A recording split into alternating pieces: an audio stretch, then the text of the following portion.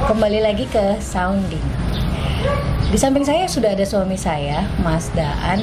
Mungkin teman-teman udah tahu ya dari video-video pertama yang kita bikin. Ada sisi hidupnya dia yang menarik. Bagaimana suami saya ini terjebak di dalam sebuah lingkaran narkoba, apa mabuk, apa ya?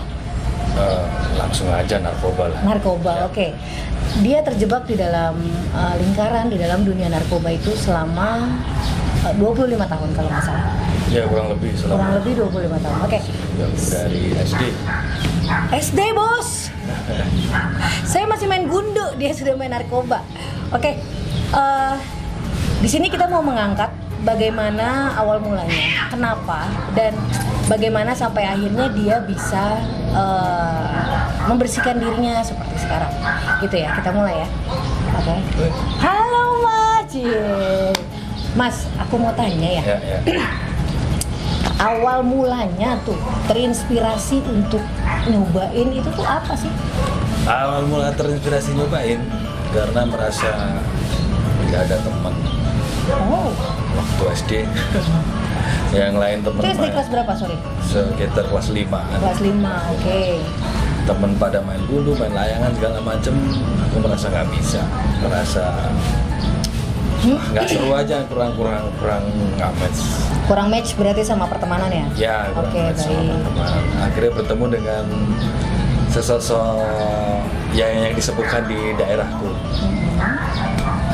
Dia ngasih yang namanya kecubung, Bunga, buah kecubung. buah, kecubung. Ya.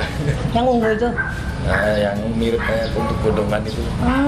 Oke. Buah kecubung yang ternyata memang memabukkan, Oh, bisa berhalusinasi. oh, kecubung itu ada buahnya ya? Ada. Saya taunya kecubung itu pohon yang ada bunganya warna ungu atau warna biru gitu. sama dengan jarak, pohon jarak juga ya, kita Jarak juga. jarak juga. Saya taunya itu buat masuk angin bayi, Mas. Ya, buah jarak itu kan rasanya kayak mete itu, dimakan juga kita berhalusinasi juga, mabuk juga. Sih. Mm-mm. Dari situ berarti, Ya. berarti kan awal mulanya karena kurangnya intensitas main ya, Ya. berarti tidak akur lah, ibaratnya tidak ngerasa match sama dunia pertemanan anak laki-laki. Ya. Gitu. Nah, tapi kalau di rumah sendiri, kalau misalnya tidak main keluar gitu, kalau di rumah aja tuh gimana? Misalnya, Ya setelah tahu kecubung ya makan kecubung terus di rumah. oh, tadinya kalau nggak sebelum kenal itu gimana? Sebelum kenal narkoba, nggak punya teman main, terus sebelumnya ngapain? Ya hanya main di rumah aja sama adik-adik sama saudara-saudara. Adik mayoritas perempuan, Mayoritas perempuan. 3 bersaudara. 3 bersaudara. Iya, jadi teman-teman, Mas Dan ini dibesarkan di lingkungan mayoritas perempuan, gitu.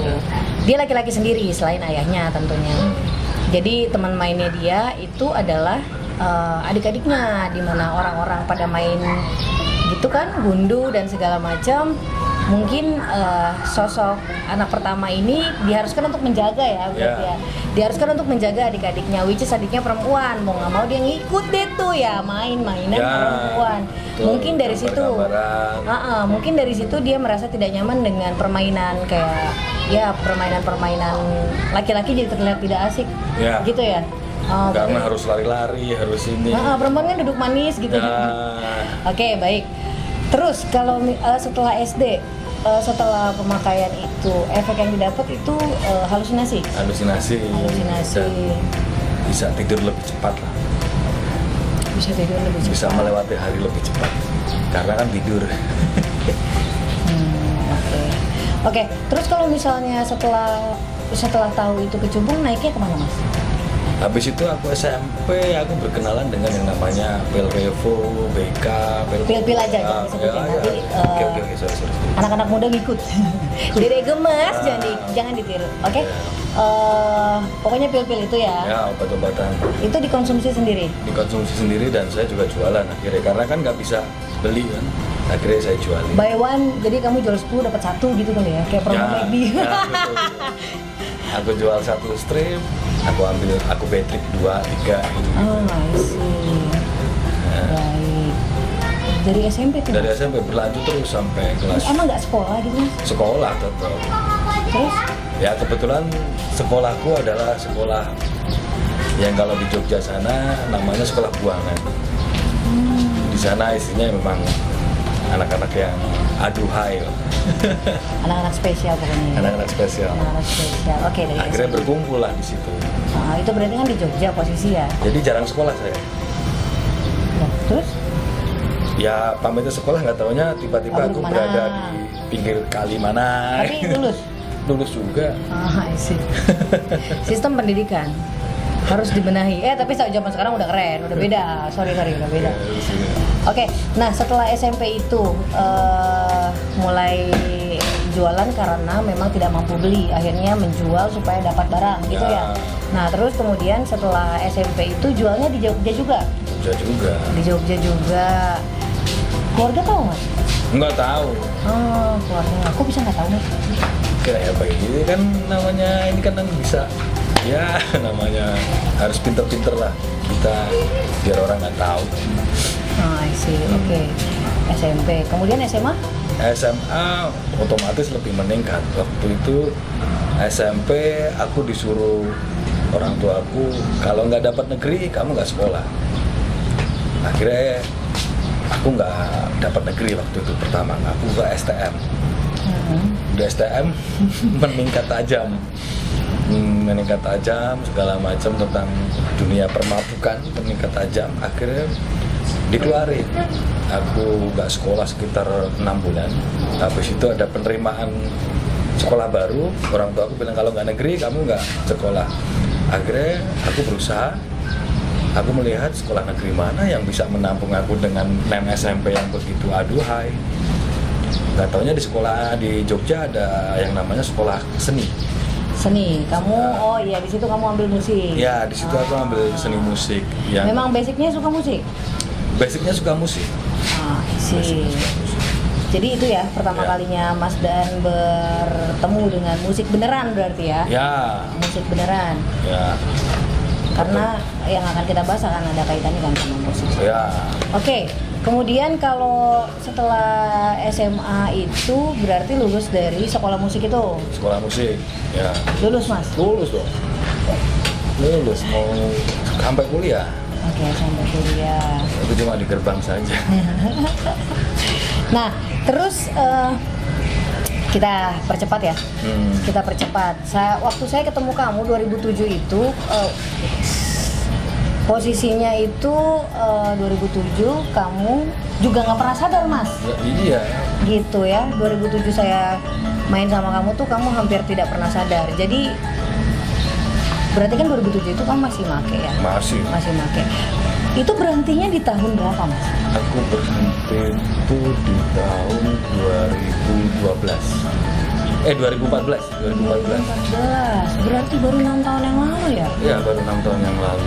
Ya, dan langsung. Berhentinya total? Total. Nggak pakai drama-drama reinkarnasi deh. Rehabilitasi? enggak. Nggak pakai drama. Terus sudah masuk pernah pesantren, penjara, tetap nggak lolos, tetap masih pakai terus sampai benar-benar selesai. Maksudnya sampai aku mendapatkan pencerahan dan bertemu dengan orang-orang hebat. Oh baik, oke. Nah sekarang aku mau tanya mengenai ini ya teman-teman, inti dari ceritanya adalah saya mau tahu bagaimana caranya seseorang yang sudah 25 tahun berkecimpung di dalam dunia narkoba tiba-tiba dia bisa move, dan insight-nya itu apa Mas? Emang pengen berhenti tapi nggak bisa dulu atau gimana? Aku sama bertemu banyak orang, bertemu seseorang,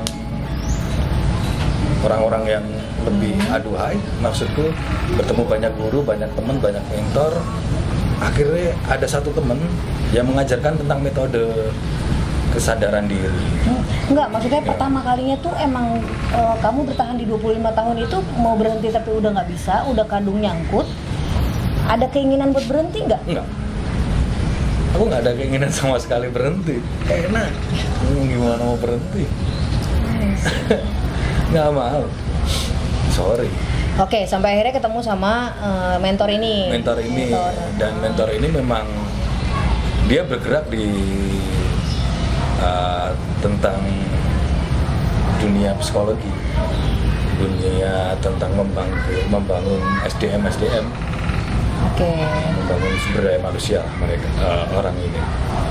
Oke, terus apa gimana? Setelah itu prosesnya setelah Dia ketemu? bikin kelas, dia bikin sekolah, bikin kelas, boleh sebut? Boleh. Boleh, oke. Dia bikin kelas di Jogja sana yang namanya SBMS, Source Body Mind and Soul. Nah, temanku ini mengajak aku untuk bergabung dengan beliaunya. Itu yang saya selalu bilang, berobat jalan. Nah, bergabung dengan beliaunya karena beliaunya tahu saya seorang pemusik. Oh, jadi kamu untuk musik? Untuk musik. Di situ, oke. Untuk musik di situ.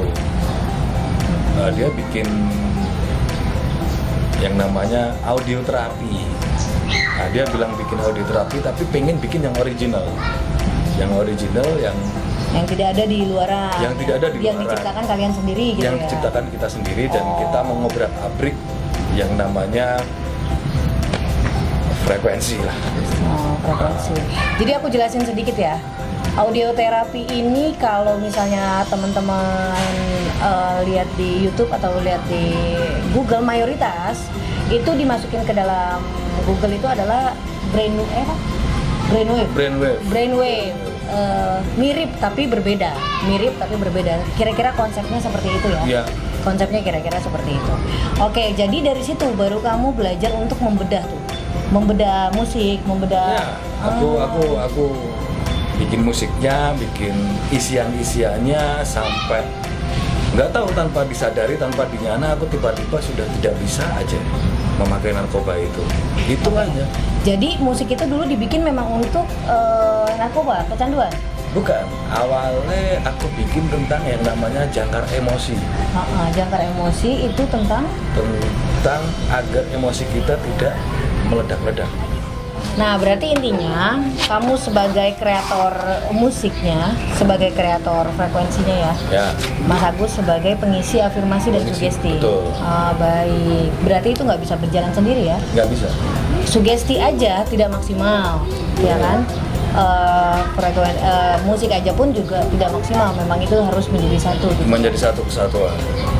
Baik, tapi luar biasa ya. Bagaimana orang yang tidak mau berhenti menjadi berhenti gitu? Ya. Ya kan? Kan Karena biasanya tiba-tiba badan menolak aja, nggak tahu entah kenapa itu. Apa ingin Pak minum bir. Jadi saya mau tahu sedikit aja ya. Ini mengenai si frekuensi ini. Dia nih bekerja lewat mana, Mas? Gelombang suara Gelombang suara akan mempengaruhi kita di bagian mana? di bagian otak otomatis. Bagian otak, kesadaran, ketidaksadaran. Betul, otomatis dia membuka gerbang kesadaran. Kayak gini aja, simpel ya. Kalau kita tiba-tiba dengar lagu dangdut, siapapun pasti ingin bergoyang. Oke. Dalam hati. Kalau kita di jalan, kita dengar suara motor raking yang nguk, itu pasti yang muncul adalah emosi. Tetapi yang lebih kenceng lagi, lihat Harley Davidson yang blok padahal lebih kenceng. Yang terkesan adalah wow, Memori berarti. tercengang, bukan memori. Apa tuh? Suara itu ya bisa juga ya. Suara itu bisa mengundang, merubah sifat seseorang, pola tubuh, jadi bisa berubah lah. Pokoknya dia akan bekerja intinya di ketidaksadaran ya. Jadi seperti Itu, kalau kita lihat anak punk, anak rock gimana sih? Mereka mengikuti semua. Dari gaya hidup, gaya beng, dangdut ya juga gitu. Dan mengikuti pola hidup mereka. Enggak, pokoknya intinya metode ini adalah yang bergerak di dalam ketidaksadaran berarti. Iya. Karena kalau dalam kesadaran nggak mungkin. Nggak mungkin. Logikanya kamu nggak mau.